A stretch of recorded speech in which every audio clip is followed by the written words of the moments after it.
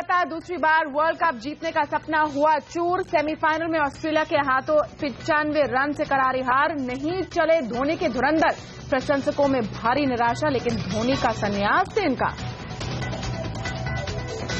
बाजार में भारी गिरावट, 8,350 के भी नीचे हुई मार्च सीरीज की एक्सपायरी। सेंसेक्स 654 पॉइंट टूटा। मिड कैप्स की भी धुलाई। जानकारों ने कहा मिड कैप और स्मॉल कैप शेयरों में अभी भी है दम। मैं आपको यही कहना चाहूंगा संक्षिप्त में कि मैं बुल भी हूं, बेयर भी हूं। बेयर हूं लार्ज कैप्स पे, लेकिन डेफिनेटली बहुत बुलिश हूं स्मॉल कैप्स की। तो ये 1 पैसे से थोड़ा अधिक का भार आएगा प्रति मिनट एक कंज्यूमर पर। महंगे स्पेक्ट्रम के बावजूद भी कॉल दरों पर नहीं पड़ेगा कोई खास असर। सीएनबीसी आवास एक्सक्लूसिव बातचीत में टेलीकॉम मंत्री ने किया दावा। जर्मन विंग्स एयरक्राफ्ट क्रैश होने के मामले में आया नया ट्विस्ट। फ्रेंच प्रोसिक्यूटर्स का दावा, जानबूझकर गिराया गया प्लेन, लेकिन लुफ्तांसा ने किया इनकार। और रफ्तार के दीवानों के लिए बजाज ने लॉन्च की पल्सर 200 NS। 1.25 लाख से 1.5 लाख तक मिलने वाले ये बाइक KTM RC200 और होंडा CBR 250 को देगी टक्कर। और डिफेंस सेक्टर बनेगा मेक इन इंडिया का आधार। देखिए हमारी खास पेशकश मेक इन इंडिया डायरी।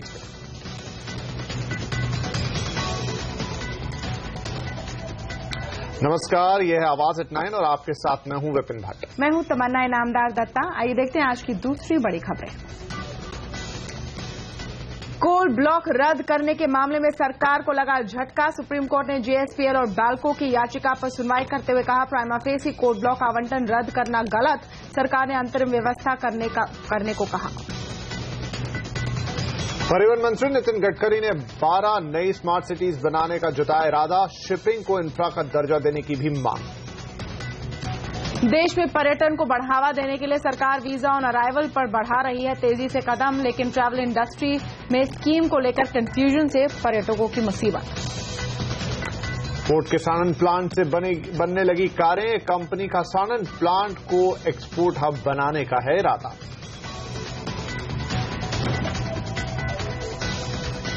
बाजार और खेल प्रेमी दोनों के लिए आज भारी निराशा का दिन रहा। जहां क्रिकेट के मैदान में ऑस्ट्रेलिया ने धोनी के धुरंधरों को पस्त करके लगातार दूसरी बार वर्ल्ड कप जीतने का सपना तोड़ दिया, वहीं सेंसेक्स में 650 से ज्यादा अंकों की गिरावट आई। सबसे पहले हम बात करेंगे बाजार में दिग्गजों की पिटाई की। जहां एक ओर वर्ल्ड कप की रेस में भारत बाहर हो गया, वहीं दूसरी ओर मार्च सीरीज की एक्सपायरी के दिन शेयर बाजार भी धड़ाम से गिर गया।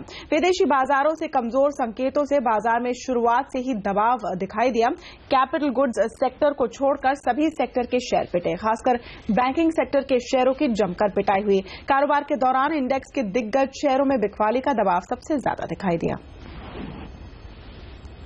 हालांकि कार्वी के फणी शेखर का कहना है कि बाजार में गिरावट खरीदारी का मौका है। देखिए, प्रमुख रूप से जिस प्रकार के टेंशन्स यमन में निकल के आए हैं, उससे कहीं न कहीं बाजार को इस बात की चिंता है कि अगर वहां पर टेंशन्स ज्यादा बढ़ती हैं तो कच्चे तेल के भाव में इजाफा होगा। और उसके साथ साथ जो है, चूंकि इस समय ग्लोबली जो है FIIs नर्वस चल रहे हैं, FOMC कहीं रेट न बढ़ा दे, और जिस प्रकार की एनीमिक रिकवरी हमने यूरोप में देखी है उसको लेकर के, तो चूंकि माहौल FIIs के बीच में ज्यादा बहुत अच्छा नहीं है, और साथ में ऐसा कुछ होता है जहां की कमोडिटीज के भाव ऊपर जाते हैं, टेंशन्स बढ़ती हैं, तो ये भी हो सकता है कि इमर्जिंग मार्केट से एक बार FIIs जो है, खासकर उन इमर्जिंग मार्केट्स में जहां वो अच्छी खासी मुनाफे पे बैठे हुए हैं, वहां से निकल जाएं। इन्हीं चिंताओं के चलते, प्लस आपने आज देखा कि FIIs ने अच्छी खासी जो है मुनाफा वसूली भी की है। प्लस अगर आप देखें तो आज F&O एक्सपायरी का भी दिन है, यूजुअली वॉलेटिलिटी ज्यादा होती है। तो इन्हीं सब कारणों के कारण मुझे लगता है कि आपने एक बहुत एग्जैगरेटेड इम्पैक्ट देखा है। मुझे नहीं लगता कि ये कोई विशेष कोई चिंता का विषय होना चाहिए, क्योंकि फंडामेंटली अगर आप देखें तो भारतीय बाजार और भारतीय अर्थव्यवस्था जो है बेहतर है। अगर खास आप कंपेयर करें 2 हफ्ते पहले जो हमने हाई लगाया था 30,000 का सेंसेक्स के, उसके कंपैरिजन में देखें तो हमने 2 अध्यादेशों को बिल में बदला है। हमने सक्सेसफुली कोल ऑक्शंस को कंप्लीट किया है, हमने टेलीकॉम ऑक्शंस को एकम्प्लिश किया है सक्सेसफुली। तो कहीं ना कहीं जो है अर्थव्यवस्था पॉजिटिवली आगे जा रही है। तो मुझे लगता है कि इस गिरावट का निवेशकों को फायदा उठाना चाहिए। बाजार में आज की गिरावट पर आईकेन इन्वेस्टमेंट के अनिल सिंघवी का कहना है कि बाजार में करेक्शन एक्सपायरी के कारण नहीं आया है। उनका कहना है कि निकट भविष्य में भी बाजार में तेजी की संभावनाएं नहीं है। ये जो करेक्शन आया है, ये मैं सिर्फ एक एक्सपायरी का करेक्शन नहीं मानूंगा इसे। Expiry could be an event for it to have triggered. तो लोगों को लगे कि कल सुबह वापस बाजार 1000 पॉइंट ऊपर खुलेगा और सब ठीक हो जाएगा, मुश्किल लगता है। क्योंकि अब जो करेक्शन आ रहा है, और आप देखिए कि पिछले 3 महीने के अंदर फॉरेनर्स का $6 बिलियन आया as compare to $16 billion last year. तो $6 billion is a very large pool of money which you already got. Despite getting that money, if our markets are showing this kinds of sign today, आगे लगता नहीं मुझे अगले 3 महीने के अंदर $6 billion और आने वाला है। और लोकल पार्टिसिपेशन तो अब मेरे हिसाब से बिल्कुल और भी कम होता जा रहा है और भी कम होगा। वहीं बाजार के दिग्गज जानकार मानते हैं कि शेयरों के बजाय, बड़े शेयरों के बजाय मिड कैप स्टॉक्स में ज्यादा दाम है। मेरे हिसाब से लोगों को अब फोकस करना पड़ेगा स्मॉल और मिड कैप की तरफ। लार्ज कैप्स अब एक फुल्ली वेल डिस्कवर्ड हो गई हैं। उनकी अर्निंग्स में हमें कोई नजर नहीं आता कि लार्ज ग्रोथ आएगी अभी, एटलीस्ट ये दो क्वार्टर तक। तो इसीलिए डाउनसाइड प्रेशर ज्यादा है उनमें। तो मैं आपको यही कहना चाहूंगा संक्षिप्त में कि मैं बुल भी हूं, बेयर भी हूं। बेयर हूं लार्ज कैप्स पे, लेकिन डेफिनेटली बहुत बुलिश हूं स्मॉल कैप्स पे। और अब मार्केट्स के साथ बात करेंगे यहां पर क्रिकेट की। भारत का लगातार दूसरी बार वर्ल्ड कप जीतने का सपना आज टूट गया। टीम इंडिया को आज ऑस्ट्रेलिया ने 95 रन से करारी मात दे दी।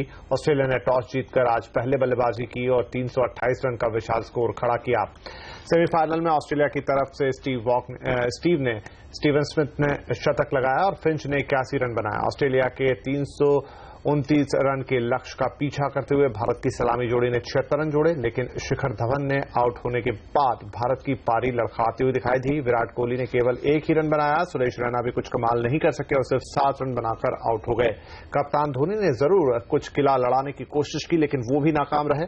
आखिर में भारत 95 रनों से हार गया। अब फाइनल में ऑस्ट्रेलिया का मुकाबला न्यूजीलैंड से होगा। क्रिकेट सेमीफाइनल में करारी हार के बाद रिटायरमेंट के सवाल पर टीम इंडिया के कप्तान महेंद्र सिंह धोनी ने मीडिया पर कटाक्ष करते हुए कहा कि फिलहाल संन्यास लेने की संभावना उनकी नहीं है और उनमें भी और क्रिकेट बाकी है। I think you asked me about my future. A very interesting answer. It's up to you guys. We should do the media should do a nice research on it. Take a few days, and my advice will be whatever you decide, write the complete opposite. Yeah, that will be the fact. So, it's up to you guys. लेकिन fans इस तरह नहीं हंसते हुए दिखे। Team India की हार के बाद कईयों के आंखों में आंसू थे। बैड लक था हमारा, जो हार गए, बट वर्ल्ड कप तो हमारा ही था। जो दिल में रहता है वो कभी दूर नहीं जा सकता। जो बात है, इंडिया का जीतना जरूरी था और वो जीती नहीं, क्योंकि कुछ प्लेयर्स जैसे विराट कोहली जो कुछ कर सकते थे वही एक 6 मार के जो आउट हुए हैं, उनकी वजह से बहुत फर्क पड़ा है। We are very disappointed here. I wanted India to win, but the best team won. I really appreciate that, and I'm really hurt that India didn't win, but they give their best. यहाँ पे कुछ fans हैं जिनके आंखों से आंसू छलक आए क्योंकि इंडियन टीम वर्ल्ड कप से बाहर हो गई है। आप कुछ बोलना चाहेंगे? I think they played very well, but the best team deserved to win. और आगे देखिए आवाज पर 3 मंत्री क्या कह रहे हैं अपने सेक्टर्स के बारे में।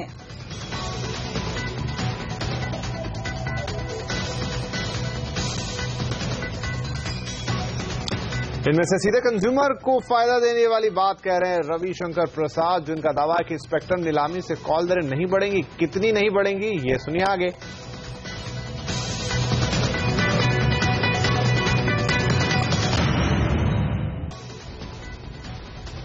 स्पेक्ट्रम नीलामी के मामले में सुप्रीम कोर्ट से सरकार को राहत मिली है। सुप्रीम कोर्ट ने सरकार को नीलामी जीतने वालों के नाम ऐलान करने की इजाजत दे दी है। टेलीकॉम कंपनियों से सरकार को शुरुआती रकम के तौर पर 28,000 करोड़ रुपए मिलेंगे। स्पेक्ट्रम ऑक्शन से सरकार 1 लाख करोड़ से ज्यादा की कमाई पर बेहद खुश है। टेलीकॉम मंत्री रविशंकर प्रसाद ने महंगे स्पेक्ट्रम की वजह से कॉल दरों पर ज्यादा फर्क पड़ने से इनकार किया है। स्पेक्ट्रम नीलामी से जुड़े मामलों पर टेलीकॉम मंत्री रविशंकर प्रसाद से बातचीत की हमारे ब्यूरो चीफ लक्ष्मण रॉय।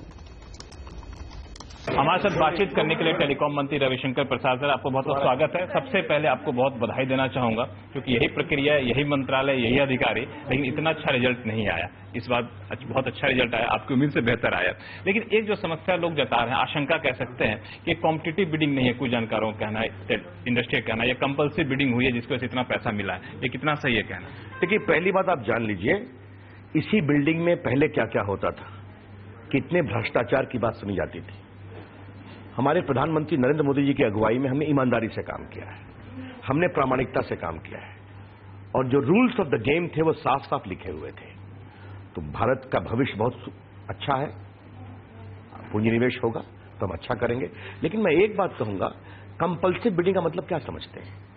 ये जो आज स्पेक्ट्रम मिलेगा ये 20 साल के लिए है।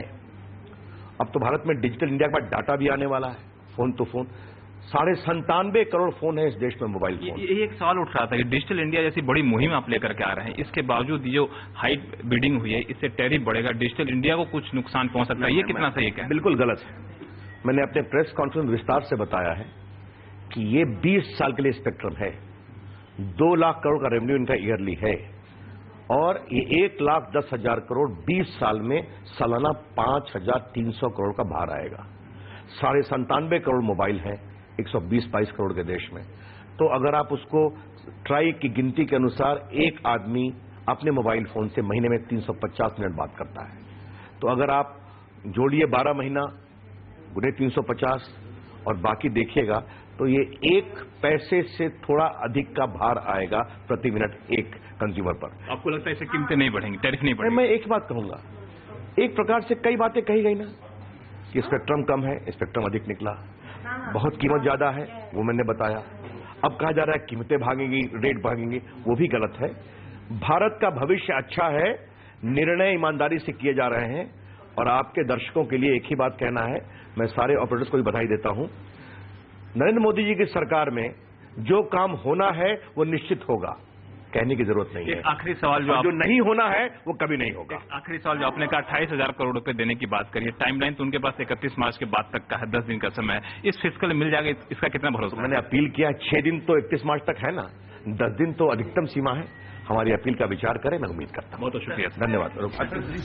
और शिपिंग मंत्रालय ने शिपिंग इंडस्ट्री को इंफ्रास्ट्रक्चर का दर्जा देने की मांग की है। मंत्रालय का मानना है कि इससे सेक्टर को बूस्ट मिलेगा। मंत्रालय ने सभी 12 प्रमुख पोर्ट्स को कनेक्ट करने वाले 2400 करोड़ रुपए के प्रोजेक्ट्स पर काम शुरू करने का प्लान भी जारी किया है। वहीं सरकार ने कहा कि सागरमाला प्रोजेक्ट के तहत कम से कम 12 स्मार्ट सिटीज और कई कोस्टल इकोनॉमिक जोन्स भी लाए जाएंगे, जो देश की जीडीपी ग्रोथ को 2% बढ़ाएंगे। स्मार्ट सिटी के हिसाब से वहाँ कॉलेज होंगे, गार्डन्स होंगे, वहाँ रोड्स अच्छे होंगे, वहाँ अफोर्डेबल हाउसिंग होगा, वहाँ जितनी सिटी जो हमारे स्मार्ट सिटी के कंसेप्ट में जितनी बातें इंक्लूड की है वो इसमें होगी। तो वो साधारण स्मार्ट सिटी, ग्रीन सिटी और सागरमाला, तो तीनों का करके हमने ये तैयार किया है। नागरिक उड्डयन राज्य मंत्री डॉक्टर महेश शर्मा का कहना है कि 5/20 नियम की समीक्षा की जरूरत है। मंत्रालय इस पर विचार कर रहा है, लेकिन इस मामले में अंतिम फैसला कैबिनेट का होगा। हम आपको बता दें कि 5/20 नियम का मतलब है कि विदेशी उड़ान शुरू करने के लिए कम से कम 5 साल का अनुभव और 20 प्लेन्स की होने की आवश्यकता यहां रहती है। We are a civil aviation industry and will watch interest of the civil aviation industry, not any individual, be it even our national carrier. It is close to our heart, no doubt about that. But whenever decision will take, this issue needs to be addressed, and it has been brought to the information of our ministry that it needs to be readdressed. We have never said that we will remove it. We have never said that we will change it. We will never, nothing, no comments has been. It is under discussion, and definitely this was a decision of the cabinet, not of individual ministry of ours. So any of our suggestions will go down to the cabinet, our discussion, and then only we propose to come forward.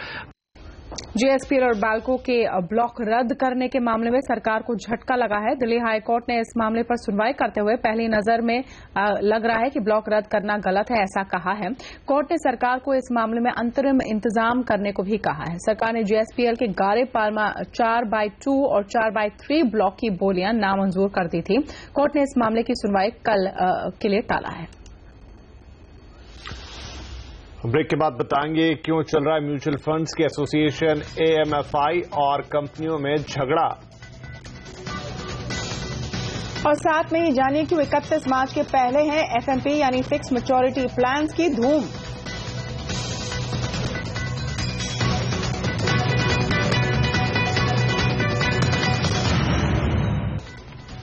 और 11 महीने से जिस विदेश व्यापार नीति का इंतजार हो रहा था उसका आखिरकार अप्रैल में ऐलान हो सकता है। ब्यूरो चीफ लक्ष्मण रॉय हमारे साथ एक एक्सक्लूसिव खबर दे रहे हैं। लक्ष्मण, क्या डिटेल्स हैं? क्या मुझे सूत्रों से जानकारी मिली है उसके मुताबिक 1 अप्रैल को विदेश व्यापार नीति का ऐलान हो सकता है। ये विदेश व्यापार नीति वही है जो पिछली सरकार ने लागू करी थी, लेकिन वो लैप्स कर गया था और नई सरकार बनने की वजह से विदेश व्यापार नीति नहीं आ पा रही थी और इससे एक्सपोर्टर्स को काफी ज्यादा मुसीबतों का सामना करना पड़ रहा था। और 11 महीने हो गए थे, अब एक्सपोर्टर को लगा था जल्दी से शुरू किया जाए और चालू का नए कारोबारी साल से विदेश व्यापार नीति लागू हो जाए तो शायद एक्सपोर्टर के लिए एक बड़ी राहत की खबर है कि 1 अप्रैल से ही विदेश व्यापार नीति का ऐलान कर दिया जाएगा, नई विदेश व्यापार नीति होगी। अब इसमें 2-3 जो महत्वपूर्ण बात है, वो पहली बात तो ये है कि जो एक्सपोर्टर्स जो कर्ज लेते हैं उस पर जो ब्याज चुकाते हैं उसका एक 2% या 3% हिस्सा सरकार अलग अलग सेक्टर के हिसाब से वापस कर देती है, जिसको ब्याज दर वापसी की स्कीम कहते हैं। वो लैप्स कर चुका था विदेश व्यापार नीति के साथ ही, तो उसको सरकार यहाँ पे आगे जारी रखने का फैसला ले सकती है और हो सकता है कि बहुत हद तक संभावना है कि पिछली तारीख से ही ये जारी रखने का फैसला हो ताकि एक्सपोर्टर्स को 11 महीने के बीच का भी भुगतान मिल सके। दूसरी महत्वपूर्ण बात कि एक्सपोर्ट में लगातार गिरावट देखने को मिल रही है पिछले कुछ महीनों से, तो जिन जिन सेक्टर में ज्यादा गिरावट देखने को मिल रही है, खासतौर से जहां रोजगार मिलते हैं उन सेक्टरों को भी राहत देने की कोशिश यहाँ पे की जाएगी, जिसमें लेदर सेक्टर हुआ, गारमेंट सेक्टर हुआ, हैंडीक्राफ्ट सेक्टर हुआ, focus market, focus product scheme जैसे का दायरा बढ़ाया जा सकता है। एक लिहाज से कहें तो एक्सपोर्टर्स के लिए एक राहत की खबर अगले कुछ हफ्तों में निकल कर आएगी, यानी 1 अप्रैल को। जी लक्ष्मण, बहुत शुक्रिया इस जानकारी के लिए। म्यूचुअल फंड इंडस्ट्री का अपनी एसोसिएशन MP से झगड़ा बढ़ता ही जा रहा है। दरअसल association of mutual fund of India यानी AMFI MP ने डिस्ट्रीब्यूटरों को म्यूचुअल फंड स्कीम बेचने के एवज में दी जाने वाली फीस की सीमा 1% तय करने के आदेश दिए हैं। 1 अप्रैल से फीस लागू होनी है, लेकिन म्यूचुअल फंड कंपनियां MP के इस आदेश से खुश नहीं है। हालांकि कंपनियां मानती हैं कि सीमा तय करने का एसोसिएशन का विचार अच्छा है, लेकिन 1% सीमा की बात को वो गलत और मनमाना बता रहे हैं। चेन्नई की कंपनी सुंदरम म्यूचुअल फंड ने एसोसिएशन की इस सीमा को मानने से इनकार कर दिया है। कंपनियों का मानना है कि MP का ये फैसला एक तरफा है और इससे सिर्फ बड़े बैंक्स और डिस्ट्रीब्यूटरों को फायदा होगा। दरअसल सेबी की नाराजगी के बाद MP डिस्ट्रीब्यूटरों की फीस तय करने का कदम उठा रही है। सेबी ने कहा था कि फंड हाउसेस डिस्ट्रीब्यूटरों को ज्यादा फीस पेमेंट करने से मिस सेलिंग को बढ़ावा मिलता है। तो ऐसे में एक निवेशक क्या करे? 1 अप्रैल से अगर ये नियम लागू हो जाता है तो इसका एक निवेशक पर क्या असर पड़ेगा, करेंगे इसका पूरा विश्लेषण कल शाम 6:30 बजे योर मनी में।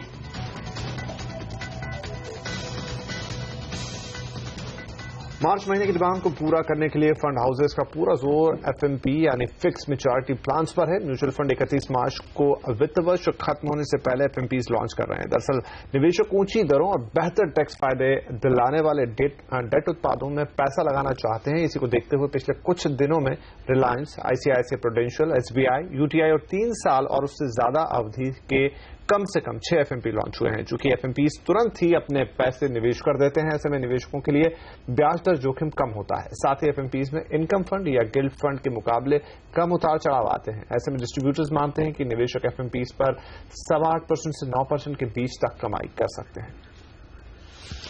और फ्रांस में प्लेन क्रैश का रहस्य गहराया। अब फ्रांस कह रहा है कि जानबूझकर गिराया गया plane.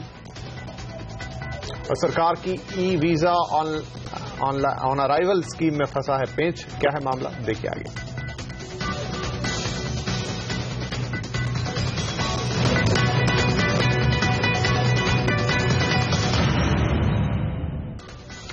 German wings plan crash मामले में नया खुलासा हुआ है। फ्रेंच प्रोसिक्यूटर का कहना है कि जर्मन विंग्स की फ्लाइट 4U9525 को जानबूझकर क्रैश किया गया था। प्रोसिक्यूटर्स ब्राइस रॉबिन का कहना है कि प्लेन के कमांडर को किसी काम से कॉकपिट से बाहर निकलते ही को पायलट एंड्रियास लुबिट्स ने प्लेन को पहाड़ियों की तरफ मोड़ दिया और प्लेन को क्रैश करवा दिया। यानी को पायलट प्लेन को क्रैश करवाना चाहते थे। यही जानकारी प्लेन के ब्लैक बॉक्स से भी हासिल हो रही है। हालांकि लुफ्तांसा ने इस बात से इनकार किया है। लुफ्तांसा के अधिकारियों का मानना है कि को पायलट ने अगर कुछ किया होगा तो वो उसका निजी मामला हो सकता है। कंपनी को अपने पायलट्स पर पूरा भरोसा है। We have full trust in our pilots, myself and my colleagues. They are and will continue to be the best of the world, and this is certainly what we've done via DNA, partly in Lufthansa. They are an integral part of our brand, and what has happened here is a tragic individual case and event. और सरकार के tourism को बढ़ावा देने की मुहिम में visa on arrival एक अहम कदम है। आज 44 देशों के टूरिस्ट भारत आकर वीजा ले सकते हैं। सरकार इसमें 5 और देश जोड़ना चाहती है। प्रधानमंत्री मोदी की मई में होने वाली चीन यात्रा से पहले इसका ऐलान हो सकता है, लेकिन ये प्रक्रिया कैसे काम करती है अभी ट्रैवल इंडस्ट्री को भी ठीक से पता नहीं है और ट्रैवलर्स के लिए ये खास सिरदर्द का सबब बन जाता है। सरकार electronic visa on arrival scheme में 5 और देश शामिल कर सकती है। इनमें चीन, यूके, फ्रांस, स्पेन और इटली शामिल हैं। अभी 44 देशों के टूरिस्ट 30 दिन के सिंगल एंट्री टूरिस्ट वीजा के लिए ऑनलाइन अप्लाई कर सकते हैं। अपने बजट भाषण में वित्त मंत्री ने ऐलान किया था कि जल्द ही इसका फायदा 150 देशों के टूरिस्ट उठा सकेंगे, लेकिन ये स्कीम कैसे काम करती है इसे लेकर काफी कंफ्यूजन है। और तो और टूर एंड ट्रैवल इंडस्ट्री में भी इसे लेकर जानकारी बेहद कम है और इस सब की वजह से परेशानी झेलनी पड़ी अमेरिका से आए टूरिस्ट सेथ ट्रूडो को। सैन फ्रांसिस्को से दिल्ली आए सेथ को दिल्ली एयरपोर्ट पर इमिग्रेशन और कस्टम में तो ज्यादा दिक्कत नहीं हुई, लेकिन अहमदाबाद होटल पहुंचते ही मुसीबत शुरू हो गई। होटल स्टाफ को वीजा ऑन अराइवल के बारे में कोई जानकारी नहीं थी। They were totally unfamiliar with it. They said, this is not a visa, we don't know what this is. They pulled out some other photocopies and showed us the paper visa and said, this is what a visa looks like, and that's not what you have. Industry ही नहीं, टूरिस्टों को भी इसकी पूरी जानकारी नहीं है। विदेशी टूरिस्टों को लगता है कि यहाँ एयरपोर्ट पर उतरते ही उन्हें वीजा मिल जाएगा, जबकि इसके लिए भारत आने से पहले ऑनलाइन अप्लाई करना पड़ता है और एक बार ऑनलाइन मंजूरी मिल जाए उसके बाद ही यात्रा करनी चाहिए। एक डोमेस्टिक कैंपेन उसके लिए रन करना पड़ेगा, जिसमें हमें domestic travel and tourism industry को और उसके सभी खिलाड़ियों को समझाना पड़ेगा कि ये हमने जो नई स्कीम इलेक्ट्रॉनिक ट्रैवल ऑथराइजेशन की शुरू की है, इसमें सिर्फ आपको एंट्री की स्टैंप मिलेगी पासपोर्ट में और आपको पूरा वीजा नहीं दिखेगा। सेथ मानते हैं कि अहमदाबाद के उस होटल स्टाफ को बड़े शहरों जैसे ई वीजा की ज्यादा जानकारी नहीं रही होगी, क्योंकि मुंबई में उन्हें इस दिक्कत का सामना नहीं करना पड़ा।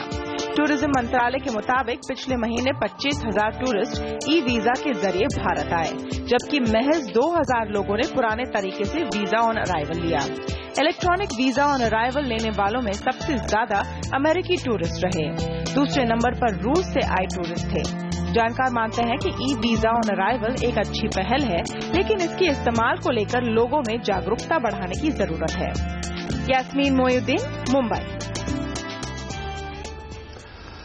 फेज 3 ऑक्शंस के बाद रेडियो की पहुंच और बढ़ने वाली है। फेज 3 के पहले चरण में 69 शहरों में 135 नए रेडियो चैनल शुरू होने वाले हैं, जबकि दूसरे चरण में 1000 रेडियो चैनल्स का ई ऑक्शन होगा।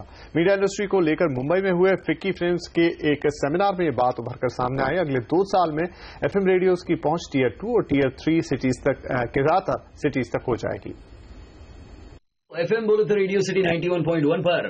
कुछ सालों के इंतजार के बाद अब एक बार फिर एफएम रेडियो एक्सपेंशन का सिलसिला तेज होने वाला है। इस साल होने वाली फेज 3 की ई ऑक्शनिंग के बाद रेडियो के देश के 69 शहरों में 135 नए चैनल होंगे। केंद्र सरकार ने इस ऑक्शन को हरी झंडी दे दी है, जबकि ऑक्शनिंग के दूसरे चरण में 1000 और नए एफएम रेडियो जुड़ जाएंगे। फिकी फ्रेम्स के सेमिनार में शामिल इंडस्ट्री के जानकारों के मुताबिक अगले 2 साल देश में शायद कोई ऐसा शहर होगा जहां एफएम रेडियो की पहुंच ना हो। एक तो नेटवर्किंग अलाउ करेंगे गवर्नमेंट, मतलब कि प्रोग्रामिंग अब एक ही सिटी में प्रोड्यूस होकर आप दूसरे सिटीज में ब्रॉडकास्ट कर सकते हैं। पहले रूल ऐसा था कि आपको वहीं जो सिटी में ब्रॉडकास्ट कर रहे हैं वहीं पे आपको प्रोड्यूस करना पड़ता है प्रोग्रामिंग, तो कॉस्ट बढ़ जाते हैं, लोकल आरजे रखना पड़ता है, लोकल स्टूडियो रखना पड़ता है, वो सब।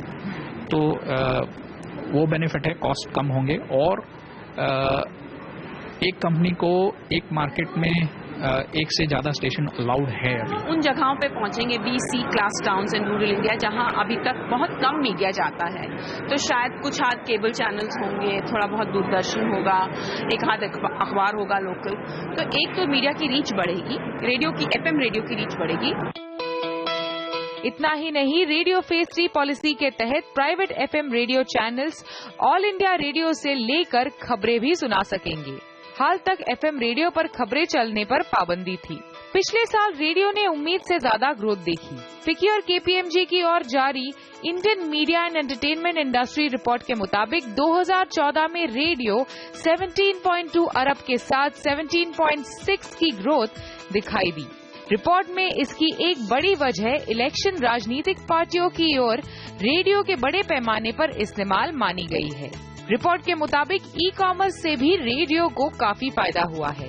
एक्सपर्ट्स का मानना है कि फेज 3 के बाद रेडियो उस बाजार तक पहुंच जाएगा जो अब तक उसकी पहुंच से अछूते थे। उसकी Tier 2 और Tier 3 शहरों के बाजारों तक अच्छी पैठ हो जाएगी। प्राइवेट FM की इस ग्रोथ का सबसे बड़ा असर लोकल प्रिंट मीडिया पर सबसे ज्यादा होगा, क्योंकि लोकल मार्केट को ध्यान में रखकर मीडिया प्लान बनाने वाली एजेंसीज अब रेडियो माध्यम का ज्यादा इस्तेमाल करेंगी। शिवानी घरत, मुंबई। और आगे देखिए हमारी खास series make in India diaries. आज बताएंगे कैसे डिफेंस सेक्टर इसमें बड़ा योगदान दे सकता है।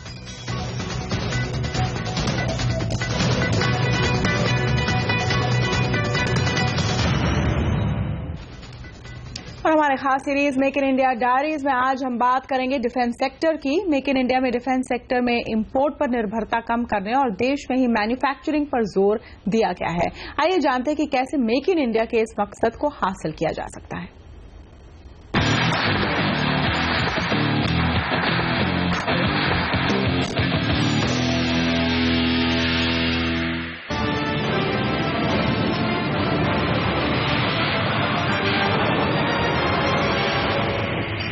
भारत की फौज दुनिया की तीसरी सबसे बड़ी फौज है और ये दुनिया के सबसे बड़े हथियार खरीदारों में से एक है। देश की रक्षा जरूरतों का 60% इंपोर्ट से पूरा होता है। सेना के आधुनिकीकरण पर अगले 7 से 8 साल में 250 अरब रुपए का निवेश किया जाने वाला है। लेकिन अगर देश में ही रक्षा जरूरतों का सामान मैन्युफैक्चर होने लगे तो इंपोर्ट पर खर्च हो रही अरबों रुपए की विदेशी मुद्रा बचाई जा सकती है। घरेलू मैन्युफैक्चरिंग सेक्टर की क्षमता बढ़ाई जा सकती है और बड़े पैमाने पर रोजगार भी पैदा किए जा सकते हैं। मोदी सरकार ने अपने मेक इन इंडिया कैंपेन में इसे ध्यान में रखकर भारत में ही रक्षा उपकरणों की मैन्युफैक्चरिंग पर जोर दिया है। विदेशी कंपनियों को भी भारत में ही मैन्युफैक्चरिंग प्लांट लगाने को कहा जा रहा है। डिफेंस और एरोस्पेस सेक्टर जो है, इस सेक्टर में बहुत बढ़ावत हिंदुस्तान में हो सकती है और मेरे विचार से तो इस समय हो रही है।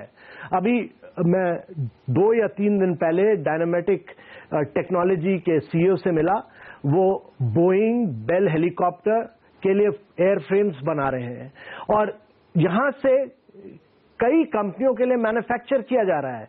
यूनाइटेड टेक्नोलॉजी का जो S-92 जो हेलीकॉप्टर है उसका पूरा एयर कैबिन यहाँ टाटास बना रहे हैं और इसी तरह लॉकहीड की मैन्युफैक्चरिंग यहाँ हो रही है। तो डिफेंस और एरोस्पेस में आप देखिएगा एक बहुत बड़ी क्रांति आने वाली है। विदेशी कंपनियां भी भारत में अपने मैन्युफैक्चरिंग प्लांट लगाने को तैयार दिखाई दे रही हैं। हाल ही में अमेरिका यात्रा के दौरान PM Narendra Modi defence sector की बड़ी कंपनियों के CEO से मिले थे। कुछ कंपनियों ने तो भारत में अपनी मैन्युफैक्चरिंग की शुरुआत कर भी दी है। अमेरिका, फ्रांस और इजराइल की बड़ी डिफेंस कंपनियां भारत में अपना निवेश करने जा रही हैं। जानकार मानते हैं कि डिफेंस सेक्टर को प्राइवेट कंपनियों के लिए खोलने से विदेशी और भारतीय कंपनियों के बीच स्ट्रेटेजिक पार्टनरशिप बनेगी और इससे घरेलू बाजार को फायदा होगा। इससे ग्लोबल बिजनेस में देसी कंपनियों की पहुंच भी बढ़ेगी। विदेशी और भारतीय कंपनियां मिलकर आने वाले दिनों में भारत को एक्सपोर्ट हब के तौर पर भी इस्तेमाल कर पाएंगी। Defense you must know that there is something called the offset policy. Essentially, 30 to 50% of all the buy has to be made in India. On one side, we have piling offsets for multiple companies that are, going into billions and given that the defense procurement policies hitherto have been so prescriptive that there is very limited ways to discharge this offset. And on the other side, we are looking for investment in aerospace and aviation. So sometimes I think to myself that can we not marry the two? सरकार ने सरकारी और private कंपनियों के बीच defence sector में joint venture की guidelines भी तैयार की हैं। मेक इन इंडिया में डिफेंस सेक्टर को खास तवज्जो दिए जाने से इस क्षेत्र में प्राइवेट कंपनियों की रुचि तेजी से बढ़ी है, लेकिन उन्हें लगता है कि अभी भी सरकार डिफेंस सेक्टर की सरकारी कंपनियों को ज्यादा तरजीह दे रही है। उनका मानना है कि सरकार को खराब प्रदर्शन करने वाली और घाटे में चल रही सरकारी डिफेंस कंपनियों का निजीकरण करने पर विचार करना चाहिए। फॉरेन प्राइवेट डायरेक्ट इन्वेस्टमेंट 49 ला जा रहे हो तो हिंदुस्तान की कंपनी को क्यों नहीं कर रहे हो? एफिशिएंट बन जाएगी, बाद में दोनों मर्ज भी हो सकती है। कोई किसी को पब्लिक सेक्टर जो अभी है वो प्राइवेट सेक्टर बन के छोटी कंपनियां जो है प्राइवेट सेक्टर में उसको भी एक्वायर कर सकती है। आप ऐसा क्यों सोचते हो कि खाली प्राइवेट सेक्टर पब्लिक सेक्टर को ले जा सकता है? बिल्कुल, पब्लिक सेक्टर भी अगर एफिशिएंट बन जाए तो वो भी छोटी छोटी डिफेंस की कंपनी एक्वायर करके एक बड़ा जायंट कंपनी बना सकती है। डिफेंस मैन्युफैक्चरिंग और एक्सपोर्ट को बढ़ावा देने के मकसद से केंद्र सरकार ने प्राइवेट सेक्टर के लिए टैक्स में छूट के कई ऐलान किए हैं। राज्य सरकारें भी जमीन मुहैया कराने, सस्ती बिजली, स्टैंप ड्यूटी में छूट और कम ब्याज पर लोन की सहूलियतें देने का ऐलान कर चुकी हैं। माना जा रहा है कि उन उपायों से डिफेंस की बड़ी कंपनियों के लिए एंसिलरी मुहैया कराने वाली छोटी कंपनियों को फायदा होगा और इस कारोबार से नए एंटरप्रेन्योर भी जुड़ेंगे। मेक इन इंडिया डायरी में अब बात एक ऐसी कंपनी की जो डिफेंस सेक्टर में मेक इन इंडिया की कहानी को कामयाब बनाने में जुटी है।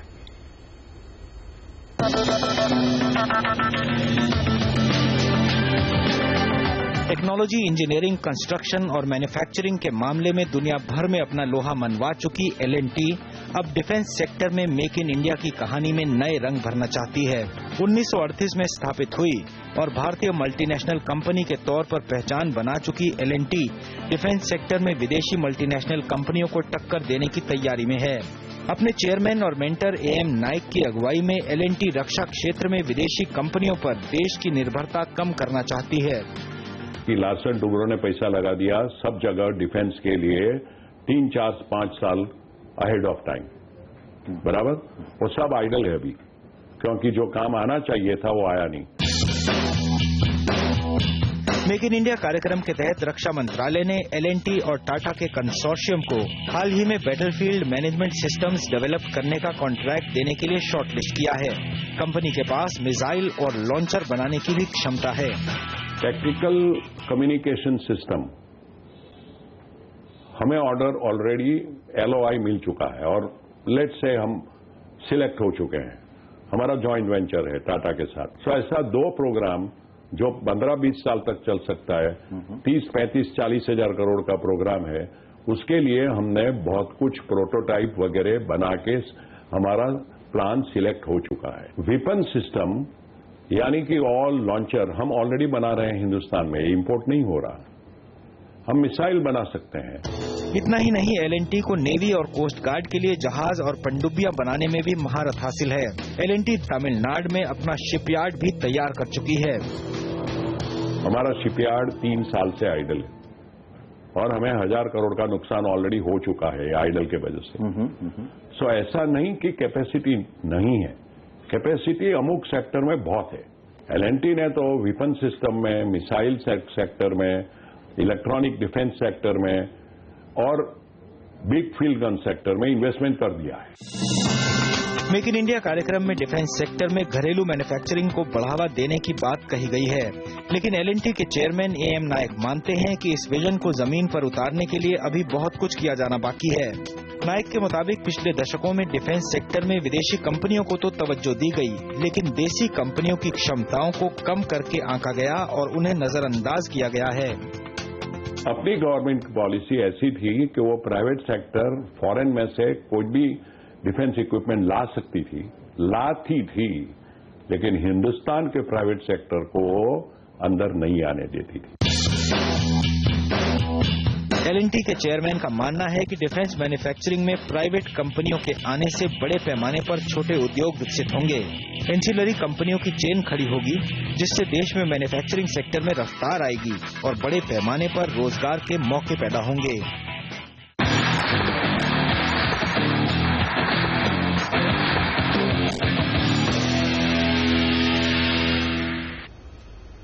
और डायबिटीज के मरीजों के लिए अमूल का नया हेल्थ ड्रिंक ऊंट के दूध का चमत्कार, देखिए आगे। और कितनी तेज दौड़ेगी नई बजाज पल्सर, ये भी देखिए ब्रेक के बाद।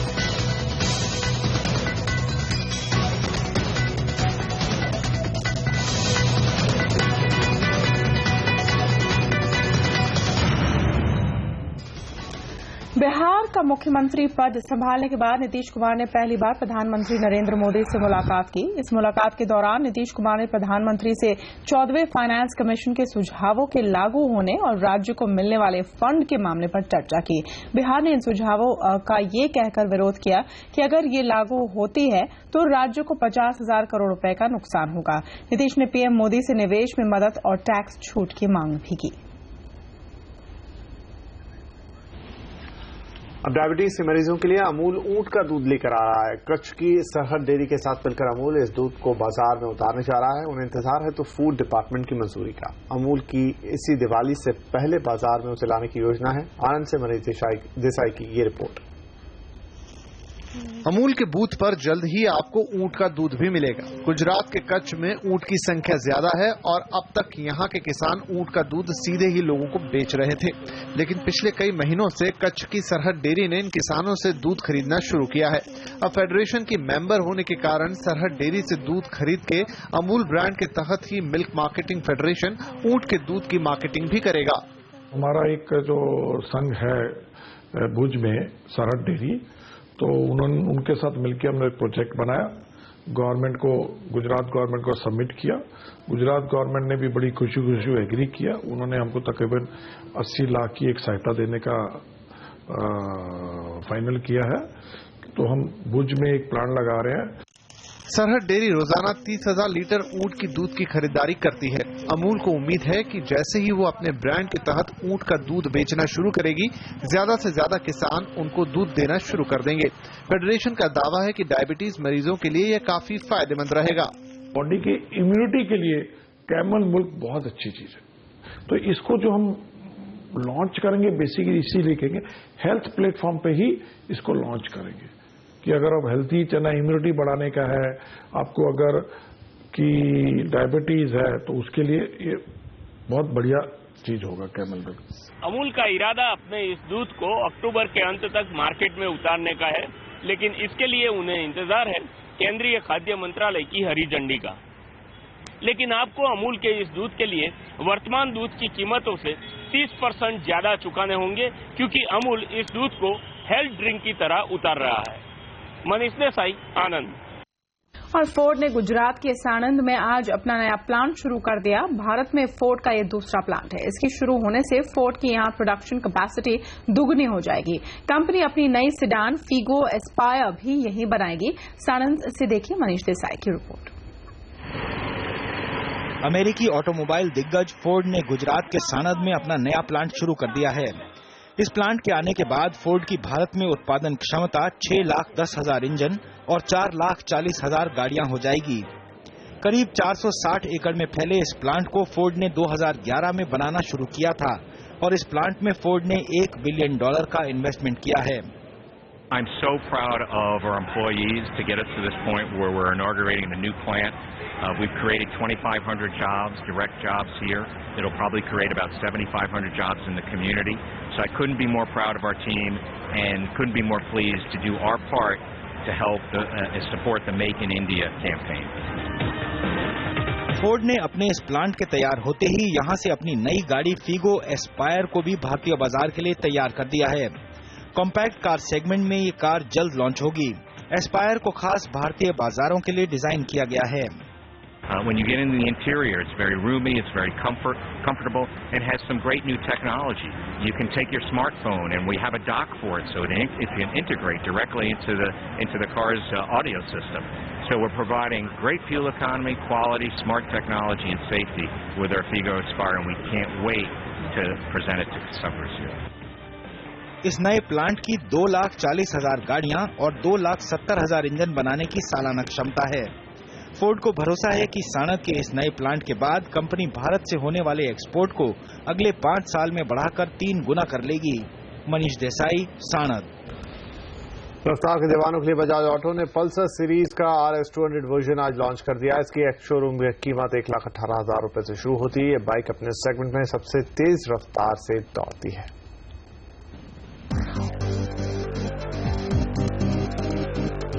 यही है बजाज ऑटो की सबसे महंगी और तेज रफ्तार से दौड़ने वाली बाइक पल्सर RS 200।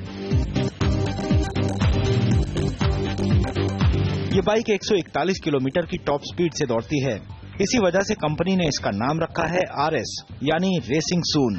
कंपनी ने इसके 2 मॉडल उतारे हैं, एक ABS के साथ और दूसरा बिना ABS के।